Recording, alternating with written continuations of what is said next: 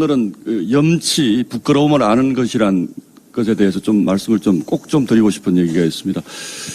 지난번 총리 청문회 할 때 당시 김민석 총리 내정자가 국가부채가 몇 프로나 되는지 잘 모르겠다 그래서 참 전 국민적인 조롱거리가 아니죠. 충격을 준 적이 있습니다. 그래서 저는 이분이 너무 정신이 없어 실수했다라고 생각을 했는데 이번에 정부가 낸 예산안을 보니까 정말 이분들은 빚이 뭘 의미하는지 잘 모르는 사람들 같다는 생각이 듭니다. 왜 그런가 하면 빚을 내서 사는 것에 대해서, 그러니까 돈을 벌지 않아서 남의 돈으로 사는 것에 대해서 전혀 부담 없이 살아온 사람이거나 아니면 뭐 법인카드라든지 이런 것들로 주로 생활을 해결을 했기 때문에 남의 돈이 얼마나 귀한지 잘 모르는 사람 같아요. 지금 내년도 정부 예산안이 지금 50조 원을 더 늘려서 가지고 왔습니다. 그런데 이게 중요한 것이 아니고 조금 전 원내대표가 말씀하셨듯이 지금 국가 채무가 심각합니다. 지금 세금이 내년에 올해보다 덜 그칠 게 거의 확실하기 때문에 100조 원 이상의 국채를 발행을 하게 되면 이게 국채가 뭔지 잘 모르는 거죠, 이분들이. 나라가 빚 갚을 힘이 없어지면 국가 신용등급이 떨어지고 그 신용등급이 금융권의 부담으로 전가가 되면 기업이 망하고 개인에게 그 부담이 다 전가가 되는 겁니다. 그런데 이런 기본적인 경제 구조를 잘 모르고 무조건 쓰기만 하면 된다라는 철학을 가진 사람들 같아요. 그런데 이 지점에서 제가 꼭 한 가지 민주당에 따져 묻고 싶은 게 있습니다. 작년 11월 29일이죠. 정말 사상 초유의 예산 쿠데타라는 게 있지 않았습니까? 윤석열 정부가 제출한 정부 예산안을 삭감시켜가지고 그대로 통과를 시켰습니다.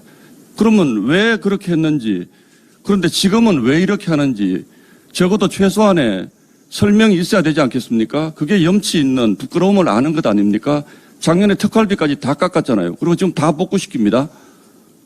그러면 도대체 민주당은 그때도 민생, 지금도 민생 그러는데 민주당이 생각하는 민생은 윤석열 정부와의 민생과 이 정부와의 민생이 다른 겁니까? 윤석열 정부와의 국민과 이 정부의 국민은 다른 겁니까? 그리고 나서 닷새 뒤에 계엄이라는 사태가 터졌는데 저는 민주당의 예산 쿠데타가 이 계엄 사태에 상당한 영향을 미쳤을 거라고 확신하고 있는 사람입니다. 그래서 민주당이 이렇게 적어도 국민을 위해서 돈을 쓰는 거 좋습니다. 그러나 부끄러움은 알아야죠. 작년에 왜 그랬는지 분명하게 좀 설명을 해줬으면 좋겠습니다. 그리고 이재명 정부가 낸 예산안을 뜯어보면 이게 과연 전체 국민을 위한 예산인지 혹시 그들만의 이익 카르텔을 지키기 위한 예산안인지 의심스러운 대목이 굉장히 많습니다. 문재인 정부 때 우리가 그런 아픈 기억이 있죠. 국민을 위해서 쓰는 돈이 아니고 특정 정치 카르텔을 쪽으로 돈이 들어가는 무슨 펀드라든지 이런 거 굉장히 많이 만드는데 이거 저희가 철저히 감시하도록 하겠습니다.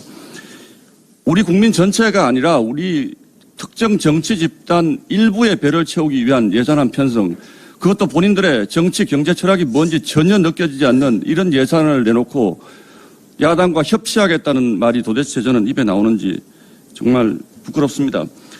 민주당은 첫 번째 국민에 대한 부끄러움을 좀 아시고 두 번째 야당에 대한 부끄러움도 좀 아시고 세 번째 이게 과연 우리 미래 세대 청년들에게 어떤 영향을 미칠지 청년들에 대한 부끄러움을 좀 아시기를 꼭 좀 부탁드리겠습니다. 여러분의 생각을 댓글로 남겨주세요.